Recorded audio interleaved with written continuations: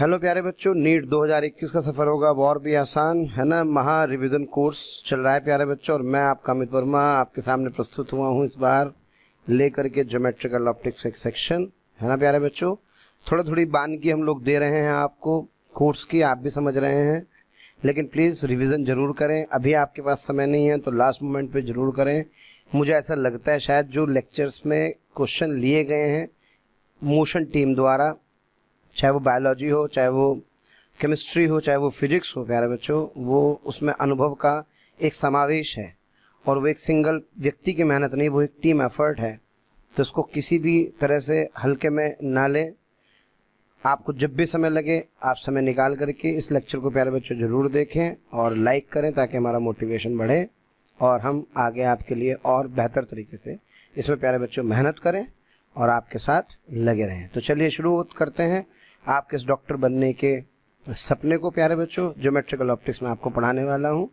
Geometrical optics में मैं आपको बता दूं कि ज्योमेट्रिकल ऑप्टिक्स में प्रिज्म का सवाल, ज्योमेट्रिकल ऑप्टिक्स में टोटल इंटरनल रिफ्लेक्शन का सवाल है ना, अक्सर प्रीवियस ईयर में पूछे गए हैं। बाकी सारे कंसेप्ट हम कवर करते हुए चलेंगे। तो चलिए शुरू करते हैं ज़्यादा समय ना खराब करते हुए, ठीक है प्यारे बच्चों।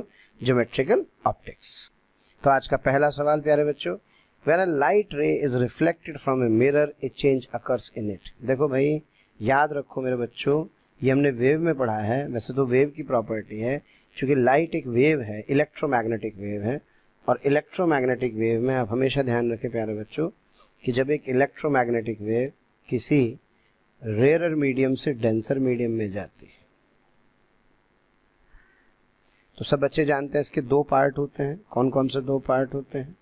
यस, एक वो पार्ट होता है जो रिफ्लेक्ट करता है, ये रिफ्लेक्टेड पार्ट है प्यारे बच्चों, और एक वो पार्ट होता है जो कि क्या करता है, रिफ्रैक्ट, यानी कि जिसे अपन कहते हैं कि ये ट्रांसमिट कर रहा है। क्या कर रहा है प्यारे बच्चों? ये ट्रांसमिट कर रहा है, यानी कि लाइक दैट। ये है कौन सा part? This is the transmitted part, यानी कि सर इसका मतलब दिस इज द ट्रांसमिटेड रे। तो प्यारे बच्चों को रे डेंसर मीडियम से रिफ्लेक्ट होती है, और डेंसर मीडियम वो होते हैं जिसमें स्पीड क्या होती है, स्लो होती है। क्या आप ऐसे सोचते हैं कि वाटर और एयर में एयर क्या है, रेयरर, और वाटर क्या है प्यारे बच्चों, डेंसर? यही सोचते हैं ना आप लोग? यस, लेकिन ये चीज़ किसके लिए सही है? ये चीज़ लाइट के लिए सही है। लेकिन अगर प्यारे बच्चों यही बात हम किसके लिए करेंगे, यही बात अगर हम साउंड वेव के बारे में करते हैं, तो साउंड वेव में उल्टा होता है। साउंड वेव के लिए जो वाटर है वो कैसा मीडियम होता है, वो रेयरर होता है, जबकि एयर क्या होता है प्यारे बच्चों, डेंसर मीडियम होता है। क्लियर है? तो ये बेसिकली डिपेंड करता है कि आप कौन सी वेव के बारे में बात कर रहे हैं। फिलहाल याद रखें, जिन मीडियम में स्पीड कम होती है वो डेंसर कहलाते हैं, जिन मीडियम में स्पीड ज़्यादा होती है प्यारे बच्चों वो क्या कहलाते हैं, रेयरर कहलाते हैं। क्लियर है? तो ज़रा सोचिए, ये रे आई क्या इस वाले मीडियम से रिफ्लेक्ट हुई। अगर ये डेंसर बाउंड्री है तो हमेशा ध्यान रखें प्यारे बच्चों, इस वेव के फेज में कितने का चेंज होता है, पाई का फेज चेंज प्यारे बच्चों आ जाता है। लेकिन अगर यहाँ उल्टा हो जाता, उल्टा मतलब अच्छा, और इसके फेज में प्यारे बच्चों कोई चेंज नहीं आता है, या प्यारे बच्चों ध्यान रख करके चलें। क्लियर है? तब वो भी जबकि डेंसर मीडियम से रिफ्लेक्ट होती है। कमाल की बात है, स्पीड इस मीडियम में सेम रहती है, इस मीडियम में स्पीड चेंज हो जाती है। ओके, इस मीडियम में वेवलेंथ क्या रहती है प्यारे बच्चों, सेम। इस मीडियम में वेवलेंथ चेंज हो जाती है। इस मीडियम में रिफ्रैक्टिव इंडेक्स रहता है सेम, इस मीडियम में रिफ्रैक्टिव इंडेक्स बदल जाता है। Is that clear? और क्या नहीं बदलता है? कमाल का सवाल है। फ्रीक्वेंसी कभी भी चेंज नहीं होती है। Please, it's a very important term, frequency does not change. Frequency कभी भी चेंज नहीं होती। इंसिडेंट रे की जो है वही प्यारे बच्चों रिफ्लेक्टेड रे की है, और वही किसकी है, ट्रांसमिटेड रे की। फ्रीक्वेंसी चेंज नहीं होती है। अच्छा, एक इम्पॉर्टेंट बात प्यारे बच्चों मैं आपसे और शेयर करना चाहता हूँ।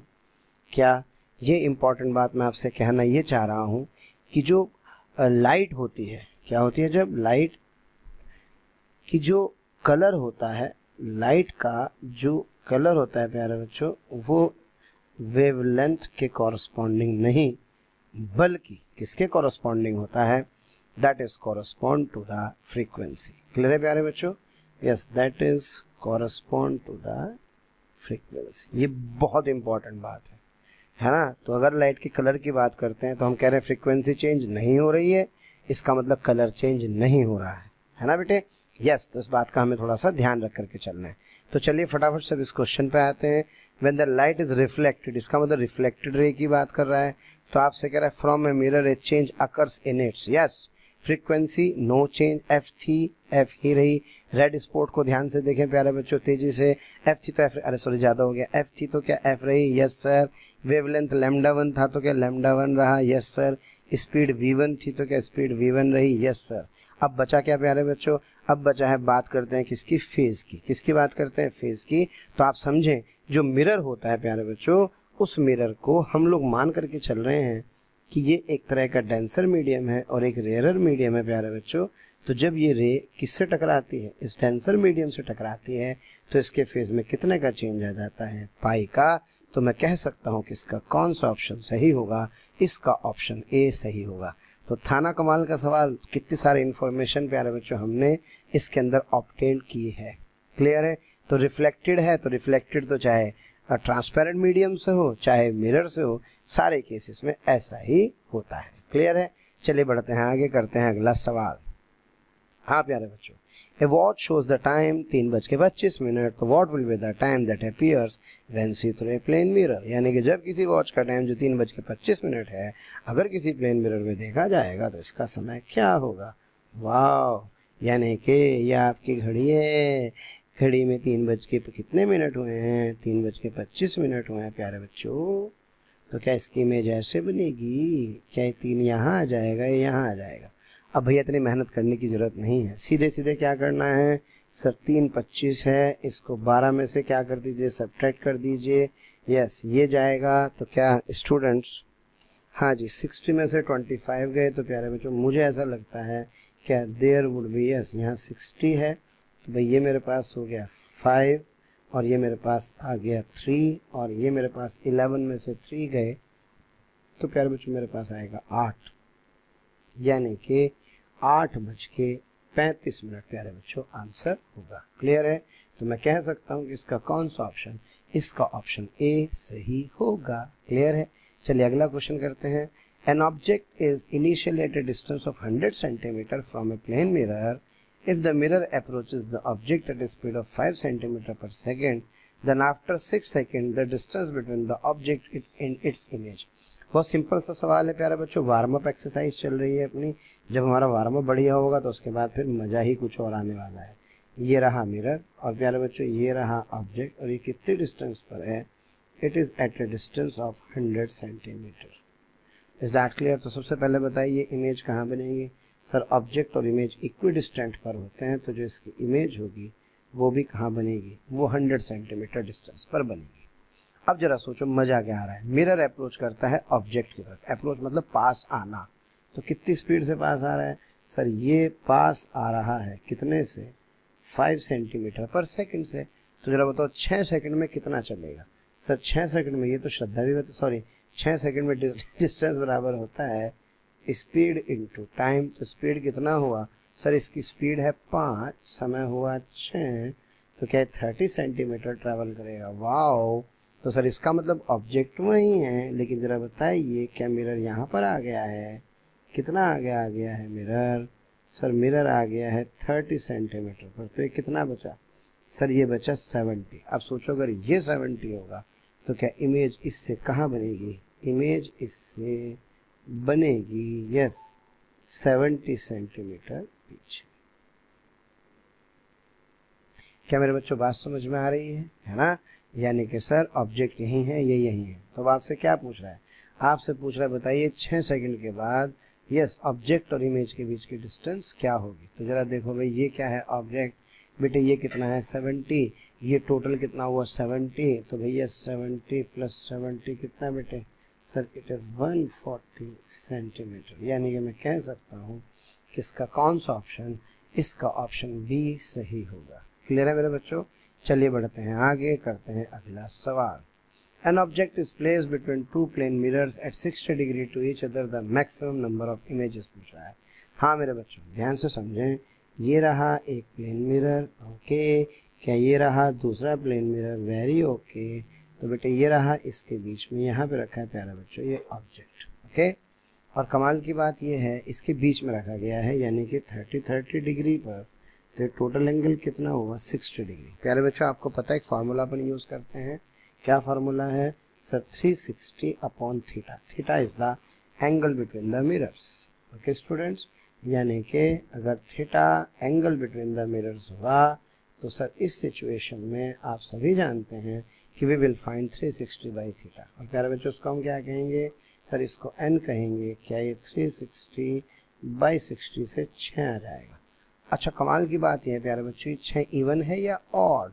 सर ये है इवन। सर मुझे इवन ऑड का पता ही नहीं है। अरे ऐसा कैसे हो सकता है सर, मैं हिंदी माध्यम से हूँ, मुझे सम विषम का तो पता है लेकिन मुझे इवन ऑड का नहीं पता है। ओके तो बेटे इवन होते हैं सम जिनको 2 से डिवाइड कर सकते हैं, और ऑड होते हैं वो जिनको 2 से डिवाइड नहीं कर सकते। तो 6 अगर इवन होता है तो प्यारे बच्चों जो नंबर ऑफ इमेजेस होती हैं, that number of images is what sir, this is simply n-1। तो दिस इज 6 - 1 से प्यारे बच्चों this 5 is the answer. Is that clear? तो प्यारे बच्चों ये आंसर आ जाएगा, यानी कि इसका कौन सा ऑप्शन सही होगा, इसका ऑप्शन सी सही होगा। क्लियर है प्यारे बच्चों? तो ये था जुगाड़। फिर भी मैं आपको चाहूँ तो एक फार्मूला लिख सकता हूँ, लेकिन फार्मूला लिखने से पहले एक बात बताना चाहता हूँ प्यारे बच्चों, अगर ये मिरर है, दोनों मिरर के बीच का एंगल प्यारे बच्चों अगर थीटा है, ये एक आपका ऑब्जेक्ट है, ये अल्फा है, ये बीटा है। बेटे अगर अल्फा बराबर बीटा होता है तो इसको हम लोग बोलते हैं सिमेट्रिक, और alpha is not equals to beta, तो प्यारे बच्चों उसको क्या बोलते हैं, इसको बोलते हैं एसिमेट्रिक। ओके तो अगर 360 बाई थीटा करने पर n आ रहा है, क्या आ रहा है प्यारे बच्चों n, तो इस n को हम क्या करेंगे, अब 3 भागों में तोड़ेंगे। क्या है वो 3 भाग, पहला, दूसरा और तीसरा। इसमें पहला भाग तब जबकि n की वैल्यू क्या हो, इवन। अगर n इवन है, अगर n क्या है, इवन है, तो n के इवन होने पर, क्या होने पर, n के इवन होने पर नंबर ऑफ इमेजेस n-1 ही होगी। यह अलग बात है अल्फा बराबर बीटा हो या अल्फा बराबर बीटा ना हो, यानी कि ऑब्जेक्ट कैसे भी प्लेस्ड हो प्यारे बच्चों। दूसरा, ये n अगर आपका आ रहा है ऑड, तो n के ऑड आने पर प्यारे बच्चों ध्यान दें, इसके फिर 2 पार्ट करते हैं। क्या क्या, अगर अल्फा बराबर बीटा है तो इमेज बनती है n-1, और अल्फा बीटा के बराबर नहीं है तो इमेज बनती है n। और बेटे अगर n हमारे पास फ्रैक्शन हो, जैसे 3.4, तो आंसर आ जाता है 3। अगर हो मेरे पास 4.9 तो आंसर आ जाता है 4, और अगर मेरे पास हो 6.3 तो आंसर आ जाता है 6। क्या सब बच्चों को क्लियर है? तो ये हमें थोड़ा सा क्या करना है, इस बात का ध्यान रखना है ना। अल्फा बराबर बीटा का मतलब आप समझ रहे हैं, अल्फा बराबर बीटा का मतलब है ऑब्जेक्ट बिल्कुल बीच में रखा हो, तो इसमें तो फर्क नहीं पड़ता, इसमें थोड़ा सा ऐसे कर सकते हैं। चलो बच्चों आगे बढ़ते हैं, अगला सवाल करते हैं। वाह जी वाह। In concave mirror experiment, an object is placed at a distance x1 from the focus. The image is formed at a distance x2 from the focus. कुछ बच्चे देखते ही समझ गए होंगे, हाँ क्या कि सर ये पढ़ाने वाले हैं कि this is what, this is the Newton's formula.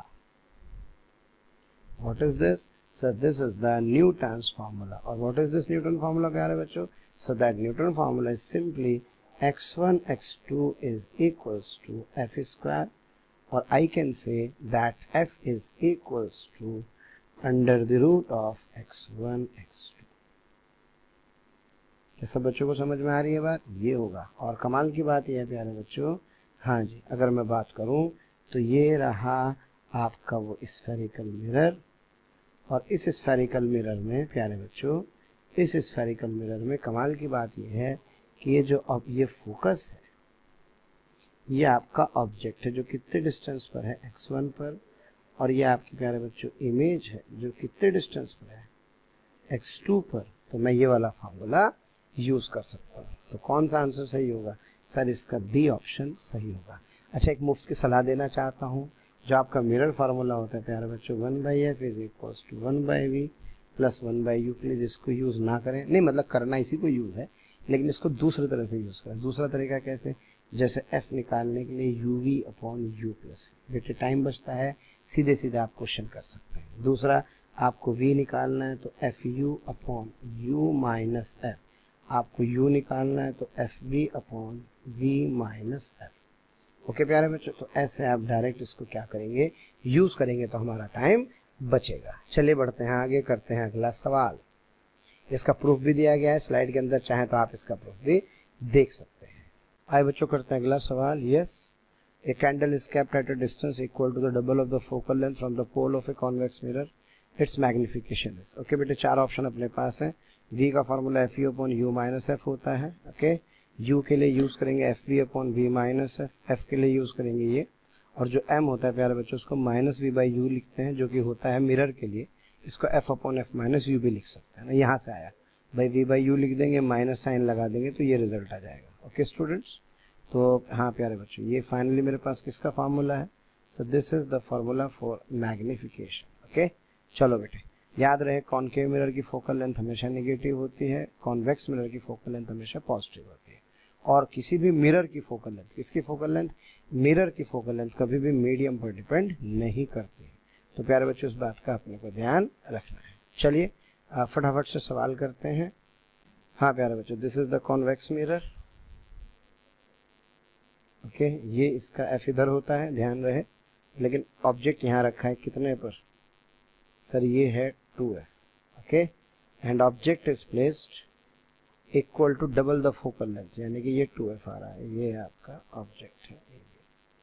तो बेटे u की वैल्यू कितनी हो गई, सर u की वैल्यू होगी -2f, f की वैल्यू हो गई बेटे +f। तो मुझे क्या निकालना है, मैग्निफिकेशन निकालना है। तो मैग्निफिकेशन क्या होता है, f माइनस u। बेटे f कितना है, सर f है, ये f है, -2f, तो मेरे बच्चों ये आ जाएगा f/3f, छम्मा छम्मा, वाह। तो यहाँ से जो m की वैल्यू आएगी, that m comes out to be +1/3। Okay, so this is the answer. Clear है प्यारे बच्चों, तो मैं कह सकता हूँ कि इसका कौन सा ऑप्शन सही होगा, इसका ऑप्शन बी सही होगा। क्लियर है, चलिए करते हैं अगला सवाल। हाँ जी, a point object is moving on the principal axis of a concave mirror of focal length 24 cm towards the mirror. When it is at a distance of 60 cm from the mirror, its velocity is 9 cm per second. What is the velocity of the image at that instant? Okay बेटा, velocity of image निकालनी है spherical mirror में। वैसे तो बहुत सारे concept हैं, लेकिन मुझे लगता है शायद कि spherical mirror में जो कंसेप्ट हम लोग यूज करने वाले हैं वो एक सिंपल सा फार्मूला होता है। वैसे मैं चाहता हूं कि मैं आपको इस कंसेप्ट से सारी चीजें अच्छे से प्यारे बच्चों एक्सप्लेन करूं। स्टार्ट करते हैं। अगर ये प्लेन मिरर होता, क्या होता प्यारे बच्चों, प्लेन मिरर, यह आपका ऑब्जेक्ट होता, यह आपका वीएम होता, और यह आपकी इमेज होती, तो प्यारे बच्चों जो फार्मूला है मिरर का वो होता है VM plus VO vi/2 vector के साथ। ओके, ये प्यारे बच्चों मेरे पास एक फार्मूला होता। Is that clear? यस। अब कमाल की बात यह है, अगर ये प्लेन मिरर की में ये वाली वेलोसिटी कुछ इस तरह से होती, ऐसे और ऐसे, यानी कि पैरेलल होती, तो ये कभी भी चेंज नहीं होती। ये तो कहानी किसकी होगी, प्लेन मिरर के। अब स्फेरिकल मिरर की तरफ आते हैं। इसी तरह से स्फेरिकल मिरर में प्यारे बच्चों इमेज की वेलोसिटी का जो फार्मूला है, that formula is basically this is the object, ये है प्यारे बच्चों vo, ये है u, ये है vm। तो जो वेलोसिटी ऑफ इमेज होती है इस केस में, that vi minus vm is equals to -v²/u², vo minus vm। Yes, is that clear? ये फॉर्मूला होता है प्यारे बच्चों, vi minus vm is equals to -v²/u²। तो प्लीज प्यारे बच्चों इसको याद रखें। Okay, vi is the velocity of image, vm is the velocity of mirror, ये सब आपको पता ही है ना। तो अपना काम चल जाएगा। थोड़ा सा लोग क्या करते हैं, जैसे हमने अभी भी पढ़ा था कि भाई v/u को क्या लिख सकते हैं, कि v/u can also be written as yes f/u minus f। प्यारे बच्चों, यहाँ से इसको भी, इसका जो स्क्वायर होगा इसको लिख सकता हूँ f² एफ माइनस यू का होल स्क्वायर। तो एक फॉर्मूला थोड़ा सा और आप क्या कर सकते हैं, इसको मॉडिफाई कर सकते हैं। आप इसे ऐसे लिख सकते हैं, V I minus V M is equals to yes F square upon F minus U का whole square V O minus V M. चलो बेटे अब फटाफट से बताओ क्या करना है। अब आपको कमाल की बात है, गिवन क्या क्या है, हाँ जी फोकल लेंथ कितनी गिवन है 24 सेंटीमीटर। कमाल की बात है कॉनकेव मिरर है तो जो इसकी फोकल लेंथ होगी वो क्या होगी, निगेटिव होगी। दूसरा इसकी डिस्टेंस, ऑब्जेक्ट की डिस्टेंस क्या -60 है, यस सर। और कमाल की बात है वेलोसिटी, किसकी वेलोसिटी, ऑब्जेक्ट की वेलोसिटी है 9 सेंटीमीटर पर सेकेंड, यानी कि this V O is 9 centimetre per second. और वी एम कितना है प्यारे बच्चों, 0 है। ओके तो बस चलिए करते हैं शुरुआत। यस तो जब आप इसे सॉल्व करेंगे तो मिरर रेस्ट पर है तो वी एम 0 हो गया। सॉल्यूशन की तरफ मत देखो, इधर देखो।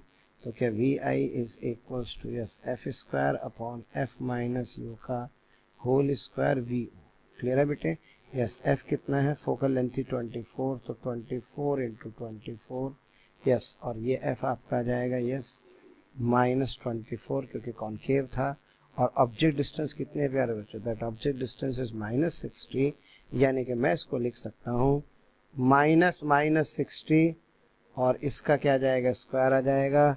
इसका जो वी ओ होगा that V O is 9 centimetre per second. Solve करेंगे प्यारे बच्चों तो मेरे पास क्या आ जाएगा, I will get V I this is 4 centimetre per second. घबराना नहीं है, डरना नहीं है, बस इस वाले फॉर्मूले को प्यारे बच्चों हमें क्या करना है, याद रखना है। क्लियर है, चलिए बढ़ते हैं आगे और करते हैं अगला सवाल। A concave mirror gives an image 3 times as large as the object placed at a distance of 20 centimeter from it. For the image to be real, the focal length should be। देखो बेटा आपको क्या दिया है, साफ साफ आपको दिया है कॉनकेव। मेरे ख्याल से ये सवाल कुछ इंपॉर्टेंट क्वेश्चंस में से है। सबसे पहली बात तो 3 टाइम्स लार्ज आ रही है, इसका मतलब जो इसकी मैग्निफिकेशन है प्यारे बच्चों 3 है। लेकिन हमेशा ध्यान रखें मैग्निफिकेशन जो 3 होती है, 3 में भी 2 बातें हैं, एक प्लस होता है और एक माइनस होता है। यानी कि एक होगी +3 और एक क्या होगी बेटे -3। कमाल की बात है किसी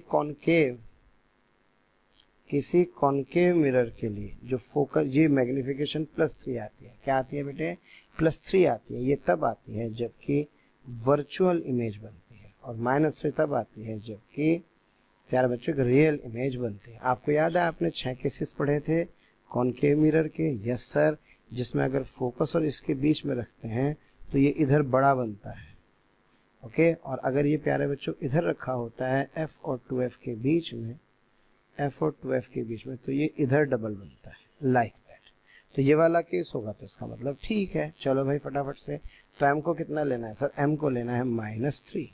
ओके प्यारे बच्चों, फिर आपसे क्या कह रहा है, हाँ जी ऑब्जेक्ट को कहाँ रखा है, 20 सेंटीमीटर पर रखा है और फोकल लेंथ आपसे पूछ रहा है। वाह जी वाह, that magnification is simply -v/u और f upon f minus U. So this -3 is equals to yes. हाँ मेरे बच्चों f निकालना है, यस सर। ये कितना है बेटे 20 सेंटीमीटर, तो -20 यानी कि f upon f + 20। Is that clear. तो बेटे इसको सिंप्लीफाई करेंगे तो इसको सिंप्लीफाई करने पर yes -3f -60 is equals to f। तो यहाँ that 4f is equals to -60। So this f comes out to be -15 centimeter. So this is the answer. तो आशा करता हूँ सब बच्चों को समझ में आ रहा होगा प्यारे बच्चों। तो इसका कौन सा ऑप्शन सही होगा, इसका ऑप्शन बी सही होगा। क्लियर है, चलिए बढ़ते हैं आगे, करते हैं क्वेश्चन नंबर 9 को। हाँ जी, when a ray of light enters a medium of refractive index mu, it is observed that the angle of refraction is half the angle of incidence. Okay बेटा, अच्छा मैं आपको बता दूं पूरे के पूरे मेडिकल की जब हम लोग साइंस पढ़ते हैं तो मेडिकल की साइंस में प्यारे बच्चे जो sin 2 थीटा होता है, this sin 2 theta is 2 sin theta cos theta.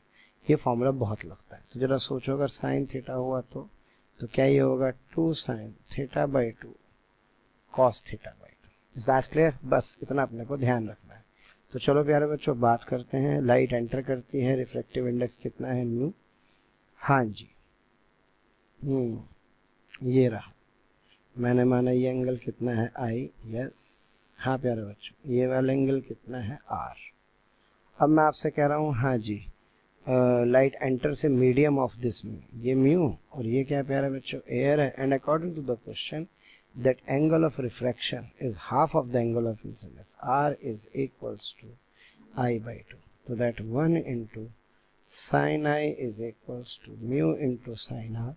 Sin I simply 2 sin I by 2 cos I by 2 is equals to mu sin, हाँ जी बेटे, क्या इसको sin R लिख लो और R क्या है I by 2 है, यानी कि इसको लिख सकता हूँ mu sin I by 2। Patience चाहिए थोड़ा सा पढ़ने के लिए, लेकिन रखो बेटे पेशेंस, मजा आएगा। sin I by 2 आ जाएगा प्यारे बच्चों, यानी कि 2 cos I by 2 is equals to, yes, this is mu, यानी कि sir cos I by 2 is equals to mu by 2।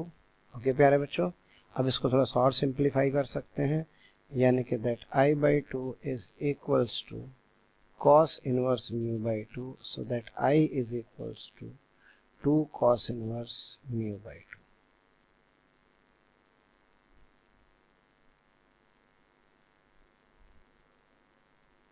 Clear है बेटे? तो यस, कोई ऑप्शन है क्या मार्केट में? यस सर, इसका ऑप्शन क्या आ रहा होगा? इसका ऑप्शन ए सही आ रहा होगा।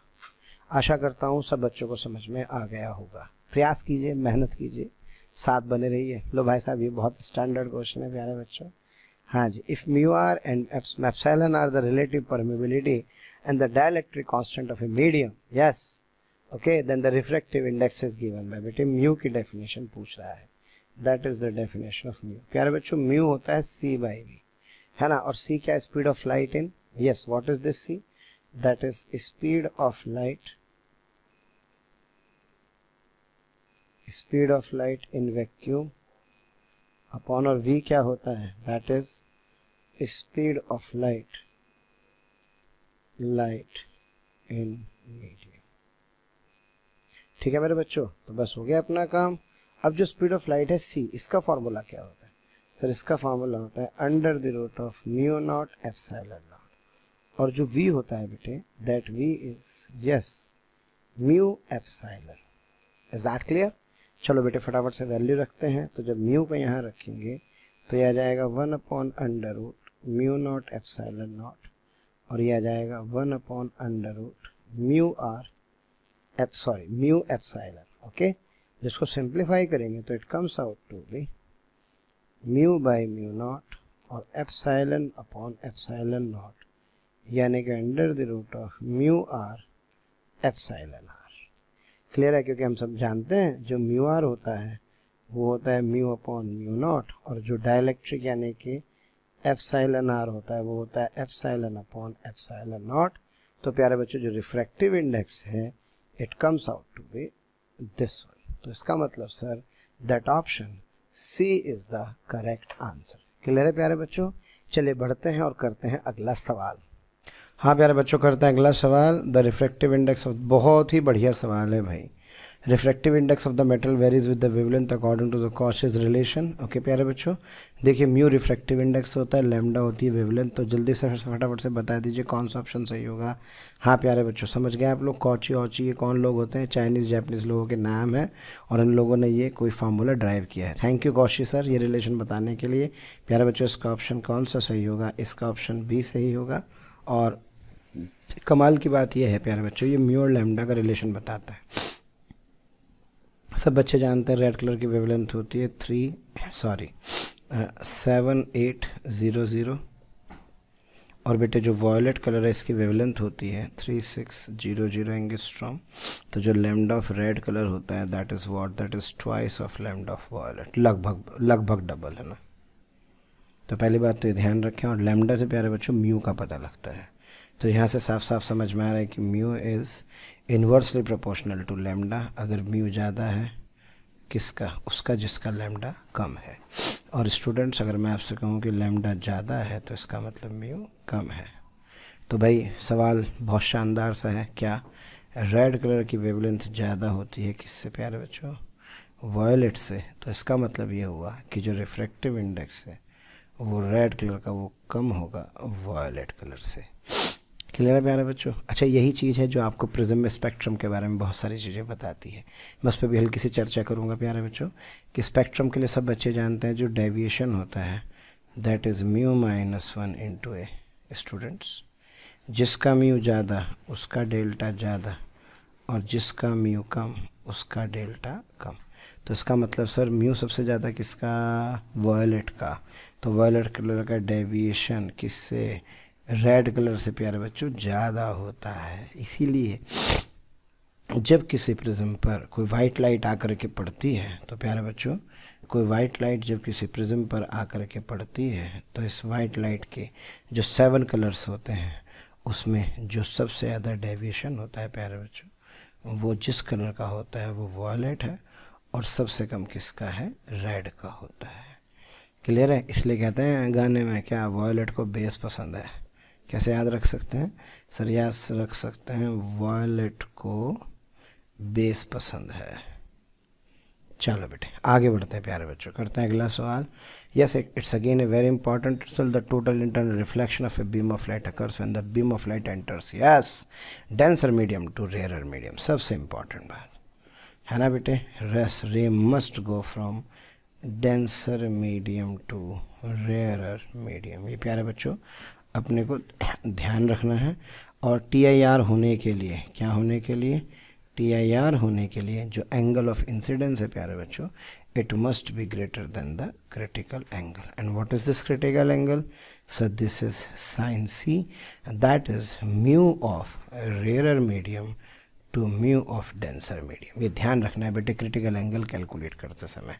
इसको और अच्छा तरीका याद करने का, छोटा बटे बड़ा, है ना भाई? स्मॉल वाला प्यारे बच्चों ऊपर और लार्ज वाला नीचे। बात केवल म्यू के साथ ही ख़त्म नहीं होती। यस, आप इससे वेलोसिटी की भी एक्सप्रेशन लिख सकते हैं प्यारे बच्चों। कैसे sir? That sine C is equals to in terms of velocity, that is what? So this is velocity in denser medium to velocity in rare medium. और उसको वेवलेंथ की टर्म में भी लिख सकते हैं। Yes, lambda D upon lambda R। Clear है भाई? तो बेटे ये म्यू का रिलेशन, ये वेलोसिटी का रिलेशन, ये वेवलेंथ का रिलेशन, ये आपस में क्या है प्यारे बच्चों? कनेक्टेड है। क्लियर है? तो मैं कह सकता हूँ इस सिचुएशन के हिसाब से that option B is the correct answer. Okay, yes. Rare medium से कहाँ जाती है? डेंसर मीडियम में जाती है तब जबकि I की वैल्यू किससे ज़्यादा होती है? IC से ज़्यादा होती है। चलिए करते हैं अगला सवाल। हाँ प्यारे बच्चों, अगला क्वेश्चन करते हैं। The angle of minimum deviation for a prism of the refractive index 1.5 is equal to the angle of prism then the angle of prism. प्यारे बच्चों इसका मतलब ये A की वैल्यू आपसे पूछ रहा है। ओके, चलो जी। और क्वेश्चन में दिया है क्या है सर? क्वेश्चन में साफ साफ दिया है कि जो डेल्टा मिनिमम है that delta minimum is equals to A। चलो सबसे पहले तो बताओ क्या इसको लिख सकता हूँ? Mu is equals to sine A plus delta minimum by 2 upon yes sine A by 2। Clear students? बस मज़ा आ गया। चलो हिम्मत करो, फटाफट से सॉल्व करते हैं। हाँ बेटे, यहाँ पर A डेल्टा मिनिमम के बराबर है और ये आपको निकालना है, तो डेल्टा मिनिमम को A के बराबर पुट कर देंगे। तो यहाँ से that mu is equals to sine A plus A by 2 upon yes sine A by 2, that mu is equals to sin A upon yes sin A by 2, है ना बेटे? और फिर बार बार कह रहा हूँ sin A को क्या लिख सकता हूँ? इसको लिख सकता हूँ 2 sin A by 2 cos A by 2 upon sin A by 2। ये छम्मा छम्मा हो गए बेटे। तो क्या है यहाँ से that 1.5 यानी कि that 3 by 2 yes is equals to is equals to what sir? 2 cos A by 2। Clear बेटे? यानी कि that 3 by 4 is equals to cos A by 2 और 3 by 4 होता है 0.75। और प्यारे बच्चों हिंट में आपको 0.75 cos 41 के बराबर होता है, यानी कि that is equals to cos 41। So this A by 2 is 41, so this A is equals to what? This is 82 degree and this is the answer. क्या सब बच्चों को क्लियर है ना? तो मैं कह सकता हूँ कि इसका कौन सा ऑप्शन? इसका ऑप्शन हाँ बेटे सी सही होगा। चलिए बढ़ते हैं आगे, करते हैं अगला सवाल। हाँ जी, white light is pass through a prism whose angle is 5 degree. Okay, if the refractive index of the rays of red blue colour are इतने, then the angle of deviation between the two colours पूछ रहा है। At its an important thing. But actual में आपको, अगर आप ध्यान से इस क्वेश्चन को पढ़ें तो आपसे पता है क्या पूछ रहा है, आपसे सीधे सीधे ये पूछ रहा है कि angle of deviation between the two colours, है ना। कौन कौन से दो कलर के बीच में? सर मुझसे पूछ रहा है ये, एक तो रेड कलर के लिए और एक ब्लू के लिए। तो बेटा एक्चुअल में डेविएशन पूछ रहा है, यानी कि ये आपसे डेल्टा आर और डेल्टा वी का डिफरेंस पूछ रहा है।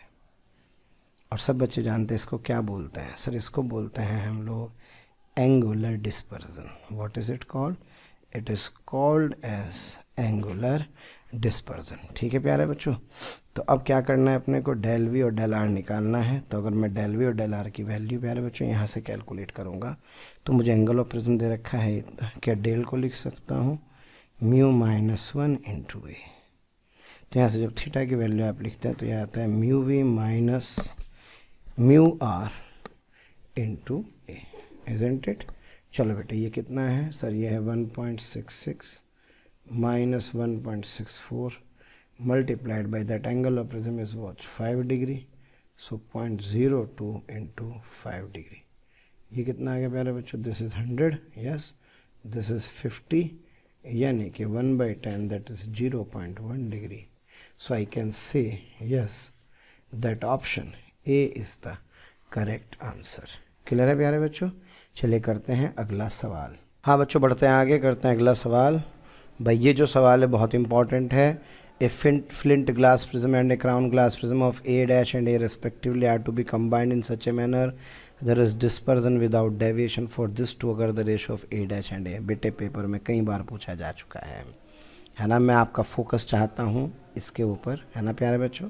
होता क्या है कि जब आप क्या करते हैं, एक प्रिज्म को किसी दूसरे प्रिज्म के साथ प्यारे बच्चों क्लब करते हैं। ओके, मान लीजिए ये प्रिज्म है और एक दूसरा प्रिज्म आपने इसके साथ क्या किया, इसके साथ एक प्रिज्म आपने प्यारे बच्चों क्लब किया उल्टा करके, like that. Okay, and suppose आपने इसके ऊपर एक यहाँ से एक वाइट लाइट डाली। कैसी लाइट? White light. तो वाइट लाइट डालने पर प्यारे बच्चों यहाँ से सातों रंगों में टूटेगी और फिर जब ये वापस यहाँ पे क्या होगी, रिकलेक्ट होगी। तो इसके रिकलेक्ट होने पर ये दोबारा से क्या बन जाएगी, ये दोबारा से वाइट लाइट बन जाएगी, है ना। तो इसको अपन क्या बोलते हैं? इसको बोलते हैं सर नो डिस्पर्जन, है ना, no dispersion. Is that clear? यानी कि इसके अंदर कोई डिस्पर्जन नहीं है। बात समझ में आ रही है बेटे? हाँ। अच्छा, एक इसमें दूसरा केस पढ़ते हैं। क्या कि आपने इस प्रिज्म को प्यारे बच्चों ऐसे रखा और इस प्रिज्म को ऐसे रखा और इसके ऊपर एक मोनोक्रोमेटिक लाइट डाली, है ना। यानी कि सपोज आपने ये इसके ऊपर एक मोनोक्रोमेटिक लाइट इंसिडेंट की।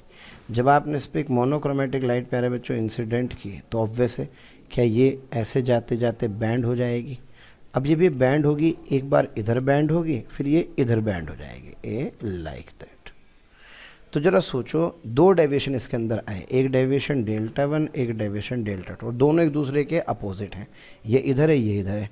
तो जरा सोचो अगर ये वाली रे इस वाली रे के पैरेलल हो गई तो इस सिचुएशन में प्यारे बच्चों डेल्टा नेट कितना हो जाएगा? 0 हो जाएगा। तो ये वाला जो डेविएशन होता है, ये डेविएशन इस वाले डेविएशन के बराबर होता है। इसको बोलते हैं no deviation condition, no deviation condition. Is that clear? तो ये दोनों रिजल्ट आपको याद रखने हैं। क्या है दोनों रिजल्ट? मैं आपको बता देता हूँ बेटे, रटना है अपने को। Yes, A1 μ1 -1 okay is equals to A2 μ2 -1। मैं केवल इनके मॉड लिख रहा हूँ। This is the condition for no deviation. Okay, this is the condition for no deviation. और अगर इसमें प्यारे बच्चों हम ओमेगा की मल्टीप्लिकेशन करते हैं, A1 ω1 μ1 -1 बराबर A2 ω2 μ2 -1। ओके, तो इसको बोलते हैं this is the condition of no dispersion. Okay बेटा, प्रूफ नहीं करने, बस रिजल्ट याद होने चाहिए। अब जरा फटाफट से देखें क्या क्वेश्चन में आपसे कह रहा है। Yes, there is dispersion without deviation. Yes, are you getting my point? यानी कि इसका मतलब there must be no deviation, यानी कि that delta net must be zero. और अगर प्यारे बच्चों डेल्टा नेट क्या है, ज़ीरो है, तो इसका मतलब ये वाली कंडीशन होगी। तो मज़ा आ गया। हाँ जी, क्या A dash mu dash minus one is equals to A mu minus one. तो प्यारे बच्चों आपसे पूछ क्या रहा है, आपसे पूछ रहा है ए डैश अपॉन ए क्या होगा।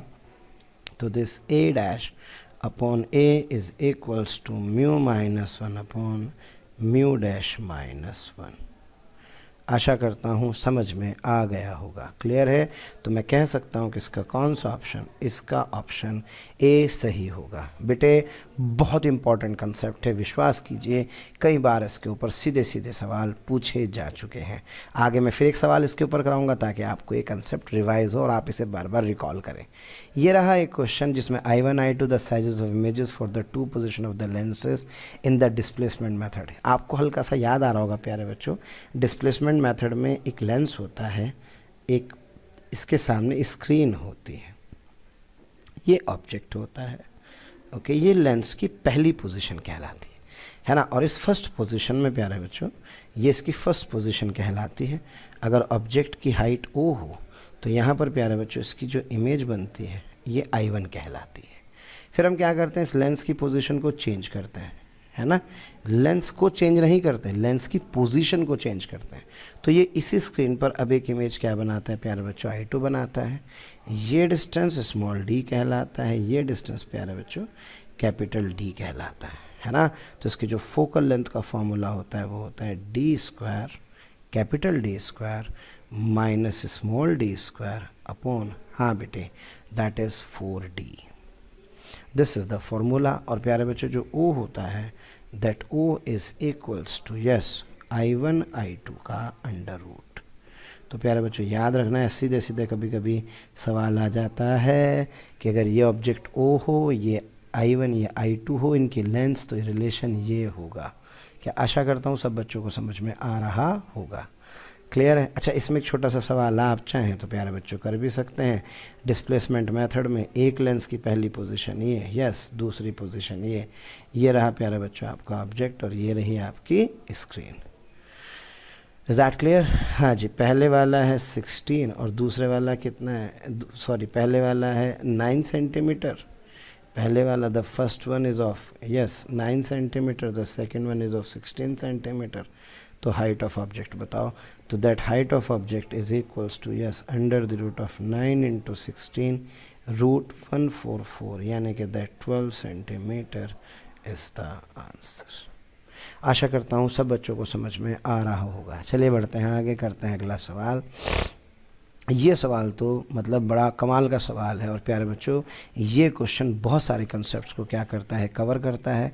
ए प्लेनो कॉन्वेक्स लेंस, कैसा लेंस है, plano convex lens when silvered on the plane side. देखो बेटे ये होता है आपका plano convex lens. Is that clear? अब इसमें देखो दो पार्ट हैं, है ना। पहले वाले पार्ट में प्यारे बच्चों आपसे ये कह रहा है कि जब प्लेनो कॉन्वेक्स लेंस को सिल्वर्ड करते हैं प्लेन साइड से, ये यहाँ से, this is the first situation. और फिर कह रहा है silvered on the convex side, यानी कि सेकंड केस में, हाँ जी बेटे, इसको ऐसे रखते हैं और इसकी इस साइड को सिल्वरिंग करते हैं। ये क्वेश्चन है ना। तो ये जब क्या करते हैं तो ये कॉनकेव मिरर की तरह बिहेव करता है जिसकी फोकल लेंथ होती है कॉनकेव मतलब -60 सेंटीमीटर। और जब सिल्वर करते हैं कॉन्वेक्स साइड से प्यारे बच्चों, है ना, तो it behaves like a concave mirror of focal length 20 centimetre. ये रहा। तो आपसे पूछ रहा है कि भाई जो लेंस है इस लेंस का मसाला क्या है, म्यू की वैल्यू प्यारे बच्चों वो आपसे पूछ रहा है। क्लियर है? तो ऐसे क्वेश्चन को करने के लिए सबसे पहले अपने को क्या करना होगा, इसका फॉर्मूला याद होना चाहिए सिल्वरिंग का। That silvering is 1/f equivalent is equals to, हाँ मेरे बच्चों, 1/fm माइनस 2/fl। ये रहा लेंस की फोकल लेंथ, ये मिरर की फोकल लेंथ और ये f इक्विवेलेंट जो रिजल्टेंट है। अब बताओ इसमें रिजल्टेंट क्या बन रहा है केस 1 के अंदर, दिस इज द केस 1। तो सर केस 1 में ये -60 है तो ये हो गया सर 1/-60। क्या बात क्लियर है? अच्छा, अब ये प्लेन मिरर है, प्लेन मिरर है तो बेटे प्लेन मिरर की रेडियस इनफाइनाइट, तो इसकी फोकल लेंथ क्या होती है? 0। Is that clear? तो ये हो गया मेरे पास 1/∞ से 0 -2, और एफ एल सब बच्चे जानते हैं, म्यू एल -1, हाँ बेटे 1/r1 - 1/r2। क्लियर है मेरे बच्चों? है ना, थोड़ा सा मेहनत ज़्यादा है, कोई प्रॉब्लम नहीं है। ये इसका R1 कहलाता है, जिस सरफेस पर रे पहले टकराती है उसको R1 मानते हैं। तो जो R1 है प्यारे बच्चों, रे अगर इधर आ रही है तो ये प्लस हुआ, ये माइनस हुआ, तो जो R1 होगा that is +R and that R2 is equals to infinity. तो जब फाइनली हम यहाँ से इसको सॉल्व करते हैं तो ये मेरे पास रिजल्ट आता है मेरे बच्चों, क्या? -1/60 is equals to -2, yes mu L यानी कि म्यू -1, हाँ बेटे 1/r, और ये इन्फिनिटी से 0 आ जाएगा, यानी कि 1/60 is equals to 2 mu -1/r। ये पहली इक्वेशन आ जाएगी। कुछ नहीं करना, सिंपल सॉल्व किया है और इसमें कोई बड़ा काम नहीं है। चलो बेटा अब दूसरे सरफेस के लिए बात करते हैं। सर फॉर सेकंड सरफेस, ये थोड़ा मैं इसका डिटेल सॉल्यूशन आपको बता रहा हूँ। यस, फॉर सेकंड सरफेस प्यारे बच्चों ये R1 होगा, that R1 is infinity, that R2 is -R, और क्वेश्चन में ये कह रहा है कि -1/20 का है। यस, तो वही फार्मूला क्या, -1/F इक्वलेंट को मैं क्या लिख सकता हूँ? सर इसको लिख दीजिए, वैल्यू पुट करेंगे, -1/20 इज़ इक्वल्स टू 1/FM। अब देखो बेटा ध्यान देने वाली बात है, अब ये जो मिरर है अगर आप ध्यान से देखें तो ये बिहेव कर रहा है एक कॉनकेव मिरर की तरह। किसकी तरह? कॉनकेव मिरर की तरह। और कॉनकेव मिरर की जो रेडियस है अगर ये R है तो ये R/2 हुआ, क्योंकि सब बच्चे जानते हैं ये R/2 के बराबर है। तो दिस इज -1/R2 माइनस, और फिर क्या लिख सकता हूँ यहाँ से 2 टाइम्स, यस म्यू -1, और यह आ जाएगा बेटे 1/∞ माइनस R, यानी कि sir -1/20 is equals to, bore मत हो भाई, है ना, 2/R माइनस के साथ, हाँ जी, और यह आ गया -2 बेटे म्यू -1/R। बस 2 इक्वेशन आपके पास हैं प्यारे बच्चों। एक इक्वेशन आपके पास ये है और एक इक्वेशन आपके पास, हाँ जी, कौन सी है? एक इक्वेशन बेटा आपके पास ये है। दोनों को सॉल्व करेंगे तो सॉल्व करके म्यू की वैल्यू कितनी आ जाएगी? 3/2 आ जाएगी। ठीक है, एक इसका शॉर्ट सॉल्यूशन साथ में दिया गया है, आप चाहें तो इससे भी क्या कर सकते हैं प्यारे बच्चों, इसको समझ सकते हैं। Is that clear? चलिए बढ़ते हैं आगे, करते हैं अगला सवाल। ओके, हाँ जी, अगला सवाल करते हैं प्यारे बच्चों इसके ऊपर based. Wow, if the central portion of the convex lens is wrapped in a black paper as shown, no image. देखो बेटे बहुत इंपॉर्टेंट सी बात है, अच्छा सवाल है। अगर आप किसी लेंस के किसी पार्ट को कवर करते हैं या आप इसके किसी पार्ट को कट कर देते हैं, क्लियर है, कट तो करना है, कट कर रहा है लेकिन नो शिफ्टिंग कुछ नहीं करना है, केवल कट करना है। मतलब आपने इस मिरर को, इस लेंस को ऐसे काट दिया, ऐसे, ये वाला पार्ट आपने इसका रिमूव कर दिया।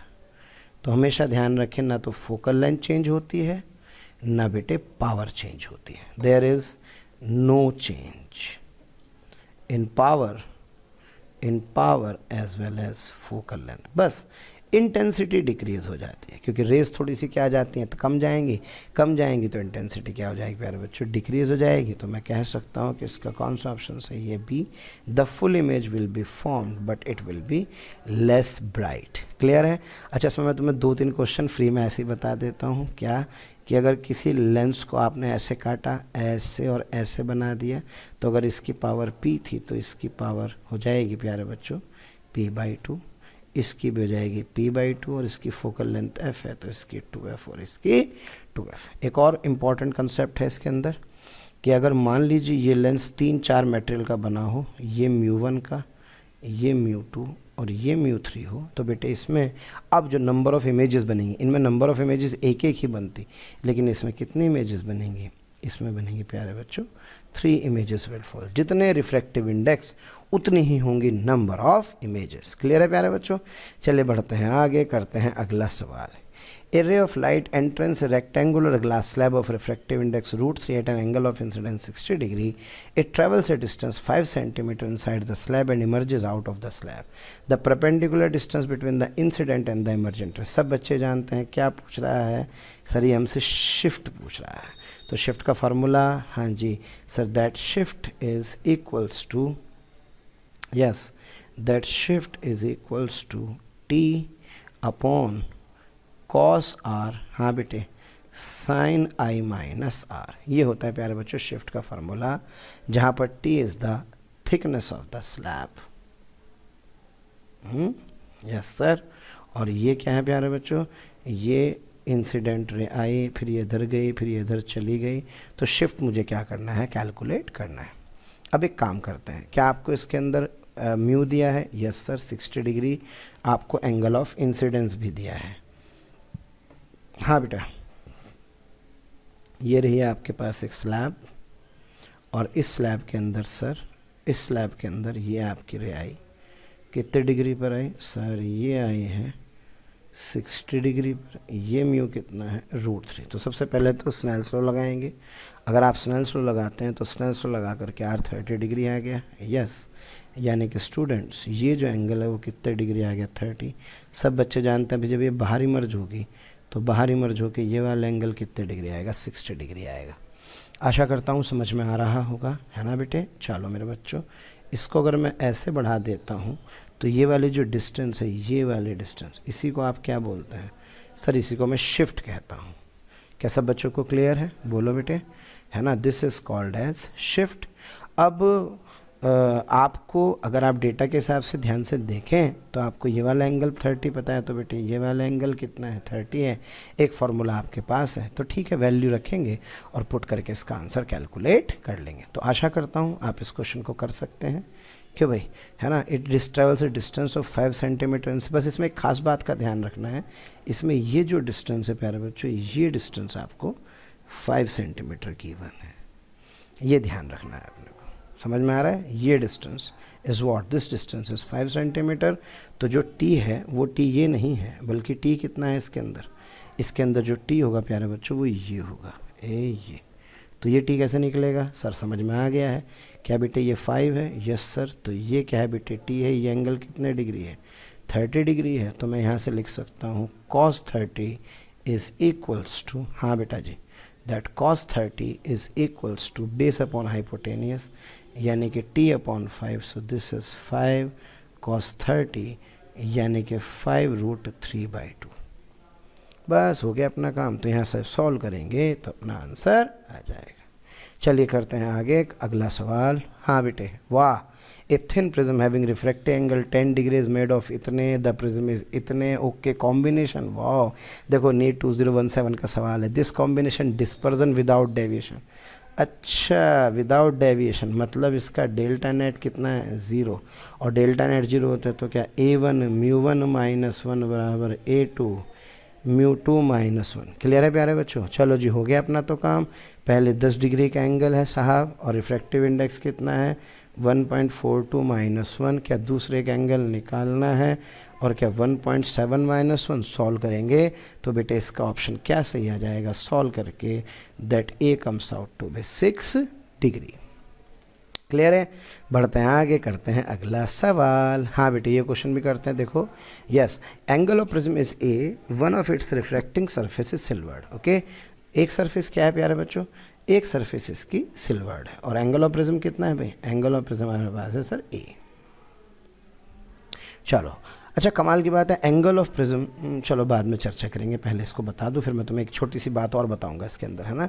इसकी बेटे ये सरफेस क्या कर दी गई है? सिल्वर्ड कर दी गई है. चलो जी, एक रे आती है प्यारे बच्चों इसके ऊपर ऐसे, और इसका जो एंगल ऑफ इंसिडेंस है this is what, this is 2a. जब ये 2a पर आई, फर्स्ट सरफेस पर आई प्यारे बच्चों, और फर्स्ट सरफेस पर ये 2a पर आई और रिटर्न बैक हो गई उसी पाथ पर सिल्वर्ड सरफेस से टकरा करके. देखो बेटा, रिटर्निंग का कंसेप्ट समझिए. कोई प्लेन मिरर है, जब इस पर नॉर्मल इंसिडेंस होता है तो रे हमेशा अपने पाथ से वापस लौट जाती है.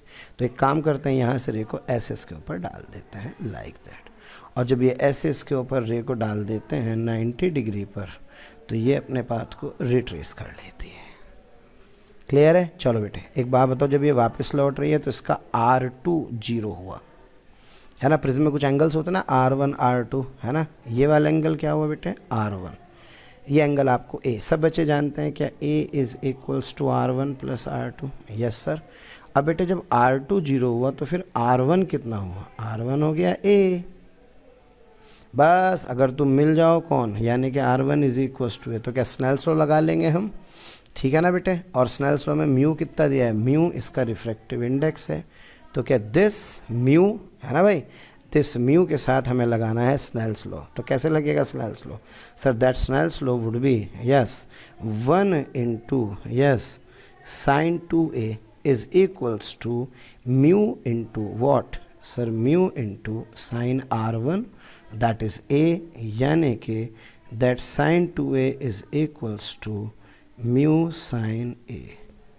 बस बेटे साइन 2A का फॉर्मूला लगा देना, भन्नाट वाला, वाओ, सॉल्व करके आंसर लगा देना। लाओ मैं ही सॉल्व कर देता हूँ, तो ये आ जाएगा sir 2 sine A cos A is equals to mu sine A। ये उड़ गया, तो यहाँ से म्यू कितना आ जाएगा? That comes out to be 2 cos A।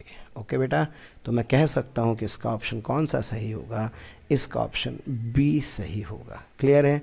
चले बढ़ते हैं आगे, करते हैं अगला सवाल। देखो भाई जेईई मेंस में भी ये सवाल पूछा गया है। अब तो आशा करता हूँ याद हो गया होगा, भगवान यही आ जाए बिना मेहनत के, विदाउट डेविएशन। जिम्मेदारी तुम्हारी, सॉल्व करना तुम्हारा, ठीक है ना। चलो बेटा आगे बढ़ते हैं, ये वाला क्वेश्चन हो जाएगा। Yes that is again a very good question students. Okay, क्या है प्यारे बच्चों ये सवाल, ध्यान से समझें। ये क्वेश्चन है basically it is based on the question that is on TIR। Question में कह रहा है कि ये रे ऐसे ग्रेज करती हुई चली जाती है, लाइक दैट। कैसे चली जाती है? ऐसे ग्रेज करती हुई चली जाती है। क्लियर है मेरे बच्चों? ये एंगल थीटा है, ठीक। ये वाला एंगल सब बच्चे जानते हैं R है। ये वाला एंगल कितना है? 90। तो बेटे किसी भी ट्रायंगल में अगर आप सभी जानते हैं ये R है, ये 90 है, तो क्या ये वाला एंगल सर ये 90 माइनस R होता है। तो ज़रा बताओ ये वाला एंगल कितना हुआ? सर ये वाला एंगल हुआ यस दिस एंगल इज़, हाँ बेटा 90 माइनस R। क्या सब बच्चों को समझ में आ गया? 90 माइनस R। अच्छा बेटे कमाल की बात यह है, अगर कभी भी रेयर मीडियम एंगल 90 बनता है, ये रट लें आप लोग, है ना, ये ध्यान रख लें आप सभी लोग प्यारे बच्चों। अगर रेयर एंगल में एंगल कितना बनता है? 90 बनता है, तो डेंसर में बनने वाला हमेशा क्रिटिकल एंगल होता है। ये ध्यान रखना है, चाहे ये रे इधर से जाए, चाहे ये रे इधर से जाए, तो बस मज़ा आ गया। तो ये 90, तो 90 माइनस R C हुआ ना, सवाल ख़त्म। यानी कि 90 minus R is equals to प्यारे बच्चों C हो गया है। क्या सब बच्चों को क्लियर है? अच्छा बेटे एक बात का हमेशा ध्यान रखना है, अब मुझे यहाँ से साइन C निकालना है। तो सर ने बताया था साइन C क्या होता है? साइन C होता है छोटा अपॉन बड़ा, है ना भाई? यस सर, यानी कि mu R upon mu D। तो म्यू R कितना है यहाँ से? सर म्यू R है मेरे पास, ये एयर है यानी कि 1, और इसका कितना गिवन है प्यारे बच्चों? इसका गिवन है 2/√3। तो यहाँ से मेरे पास जो साइन C आ जाएगा दैट इज़ 1/2/√3 से, यानी कि √3/2। तो बेटे C मेरे पास कितना आएगा? That C comes out to be yes 60 degree. Is that clear? बस हो गया अपना काम। और जब क्रिटिकल एंगल 60 डिग्री आ गया है प्यारे बच्चों, तो क्या 90 minus R is equals to 60, तो बेटे R comes out to be 30 degree. बस जब ये R कितना है? 30 डिग्री है, तो मुझसे थीटा पूछ रहा है, तो क्या अब तो मुझे इन दो सरफेस के लिए स्नेल्स लॉ लगाना होगा? Yes sir. तो ज़रा फटाफट से बताओ ये R कितना आया है? सर ये R मेरे पास आया 30 डिग्री, ये 1 है, तो क्या 1 into sine theta is equals to mu into sine 30। तो क्या sine 30 is equals to yes 2/√3, और ये शायद 1/2 होता है। वाओ, तो थीटा बराबर कितना आ गया? Sine inverse 1/√3। समझ में आया बेटे? ये रही कहानी। तो प्यारे बच्चों मैं आपको एक छोटी सी बात बता दूं, इतना ही आज के लिए काफ़ी है। पसंद आए तो लाइक करें, कमेंट करें। मुझे लगता है नुकसान तो कुछ नहीं हो रहा है जब फ़ायदा ज़्यादा नहीं हो रहा तो।